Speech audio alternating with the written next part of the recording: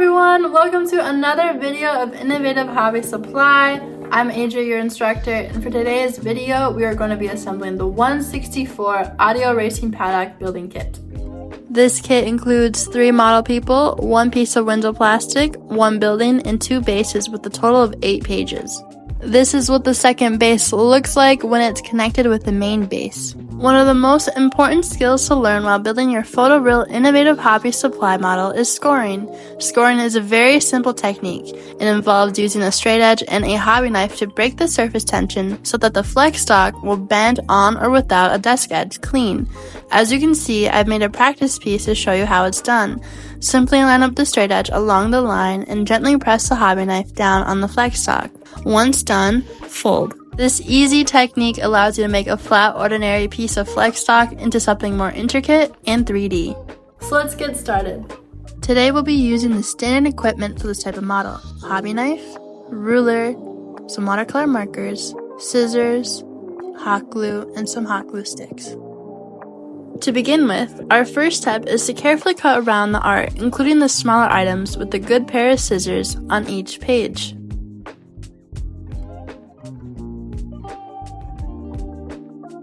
And for the bases, cut the white outer edges off.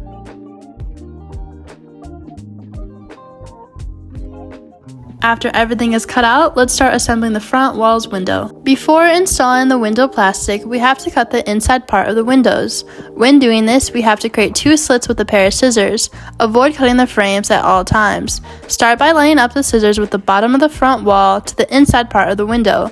When cutting with the scissors, stop cutting upwards when you're about to hit the top of the window frame. Next, we want to cut the inside part of the window with a ruler and a hobby knife. As you can see, I'm pointing at the bottom of the window frame that is darker. That's where I'm going to cut. When you do this, it should come off as one piece. This is what it should look like after the inside part of the window is cut out. The piece we cut out you can throw away. Then grab a light color gray marker and touch up the inside white lines of the window frame. Next, flip over the front wall so the white side is facing you. Grab the window plastic and take off both sides of the wrapper until it's see-through. Place the unwrapped window plastic on top of the open window section evenly. Use hot glue or scotch tape to secure. Make sure hot glue or tape isn't seen from the front side. Push aside for later. Now grab the inside front wall. Cut out only the inside part of the window using a hobby knife and a ruler. Avoid cutting the window frame.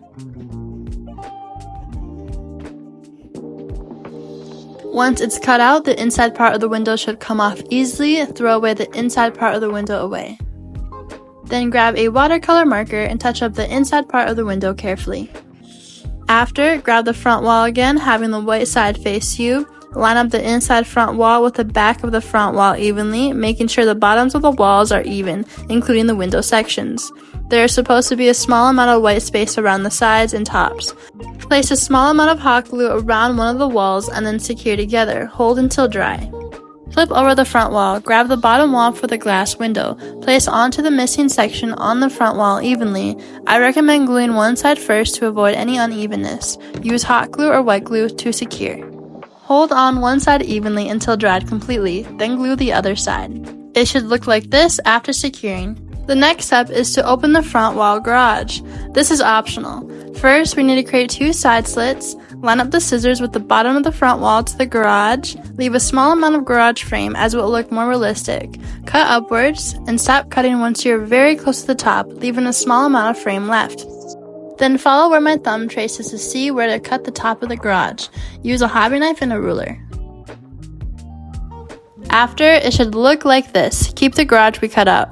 Touch up any white areas around the inside of the garage with a watercolor marker. Then grab the garage we cut out and cut off this small bottom section with a good pair of scissors.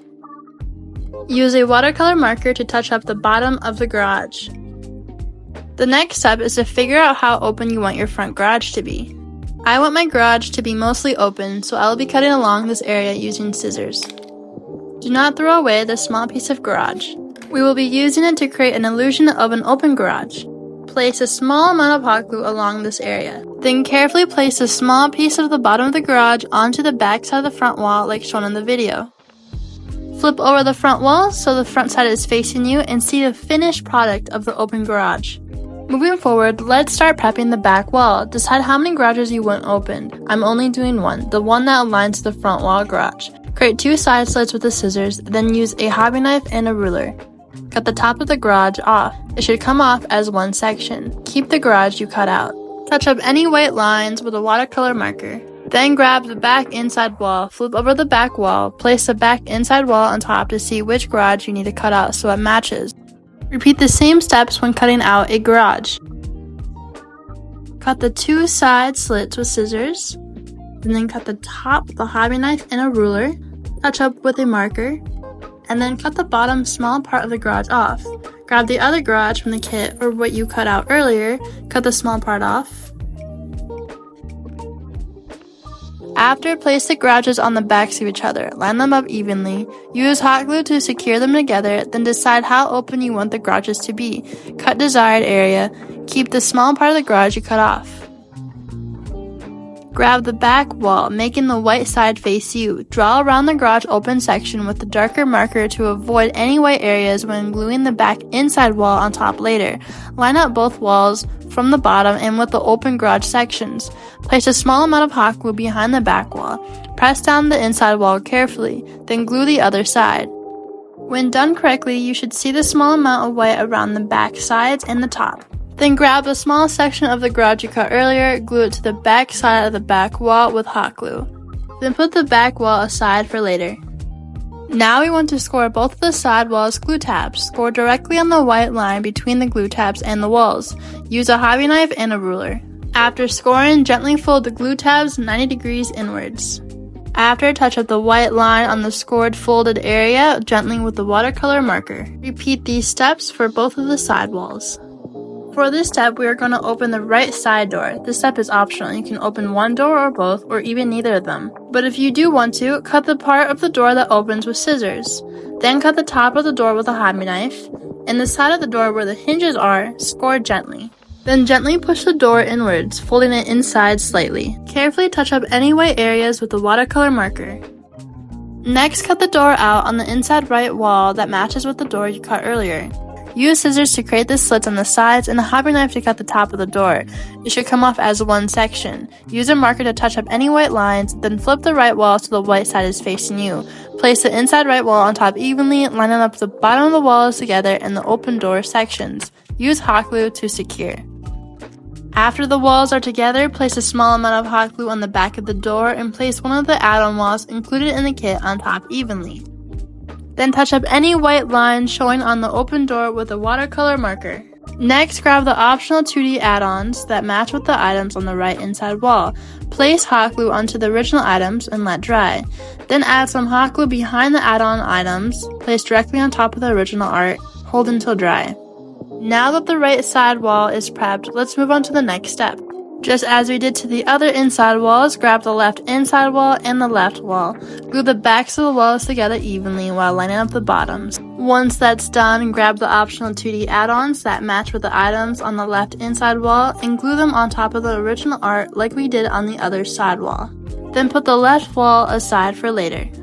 Now let's prep the roof. Grab the middle, back, and front sides of the roof. Score the white line between the gray tab and the red on both of the back and front sides.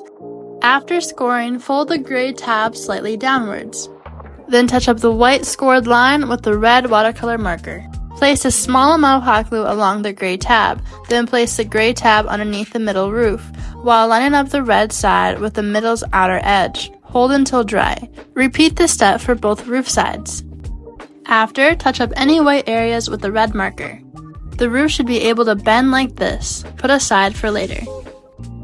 Now it's time to glue the front wall onto the base. The front of the base is where the yellow arrows are. Line up the front wall onto the white line. Place a small amount of hot glue behind the wall. Hold 90 degrees upwards from the base until dry. Next, grab the right side wall. Use the glue tab closest to the front wall to connect the walls together evenly. Place a small amount of hot glue onto the glue tab and connect. Once dry, line up the side wall onto the white line. Place a small amount of hot glue behind the wall and hold until dry. I recommend placing a small amount of glue behind the bottom and top corners between the two walls, holding them together until dried completely. Then grab the left side wall and repeat the same steps we did to connect the right side wall. Place glue onto the glue tab closest to the front wall, line up evenly, hold until dry. Lastly, place glue behind the wall in the corners. Once dry, let's move forward to the back wall. When gluing the back wall on, glue one side at a time. Place glue on one of the glue tabs on the side walls, then line up the back wall evenly. Repeat the same step to the other glue tab. After, place a small amount of hot glue behind the wall to make it more straight. Hold until dry. Carefully lie the roof onto the building. You can glue one of the sides of the roof onto the building or simply just let it sit on top. This makes it easier for you to transfer any cars inside or out of the model. Now grab all the Paddock signs. Pick 2 signs you want to use. After deciding, place hot glue along the original signs located on the back and front wall. Let it dry. Then grab the 2 signs you picked, place glue behind the sign, and place it onto the original sign. Hold until dry. This gives the signs a 2D and a realistic touch. Collect all the fences, big and small. Score the white middle line for all of them. To score the fences, use a hobby knife and a ruler. After scoring, fold the sides downwards onto each other. Then open it up and place hot glue between the 2 sides. Fold the sides together nicely, like shown in the video. Touch up any white lines on top of the fences with a gray marker. Now grab the second base. The arrow should be pointing towards the main base. Collect all the 2 base fences. Place one of the 2 base front fences right here, and on the other side. As you can see up close, we want to glue all the fences along this black line. Before gluing any fences on the base, we want to make sure the logos are facing upwards. Place the glue along the bottom of the fence and apply to the correct area. Glue the base 2 front fences on first. Hold 90 degrees upwards from the base until dried completely. Glue either the right or left side fences on after. Place a small amount of hot glue on the side of the fence to connect them together. Make sure to also line up the fences with the black line while securing. Glue the matching correct side onto the other side fence. Use hot glue to connect. Hold until dry. Repeat the same steps for the other side of the second base. After the fences are secured to the second base, it should look something like this. Then grab both of the base 1 side fences in the main building. Make sure the logos are facing upwards before gluing. Place glue on one side of the fence to attach to the building and glue along the bottom to connect to the base. Hold upwards until dry. Repeat this step for the other base 1 side fence. When completed, it should look like this. Next, grab both of the gender porta potties. Score all the white lines. Use a hobby knife and a ruler to score all the white lines. After scoring, gently fold everything inwards. Use a blue marker to touch up any white lines. Then place hot glue onto the side gray tab. Tuck the gray tab behind the other porta potty wall and line them evenly. Glue the top and the bottom of the porta potty onto the rest. Then place anywhere you would like. The Audio Racing Paddock is a level 3 skill kit and will take approximately 2.5 hours to complete. Once this model is assembled, it's plenty rugged and will give any hobbyist many years of enjoyment for displaying your 164 slot cars. You can get this model and many others on innovativehobbysupply.com. Thank you for watching today's video. We made it towards the end. Subscribe down below. And if you have further questions about the kit we just made, check out our website, innovativehobbysupply.com.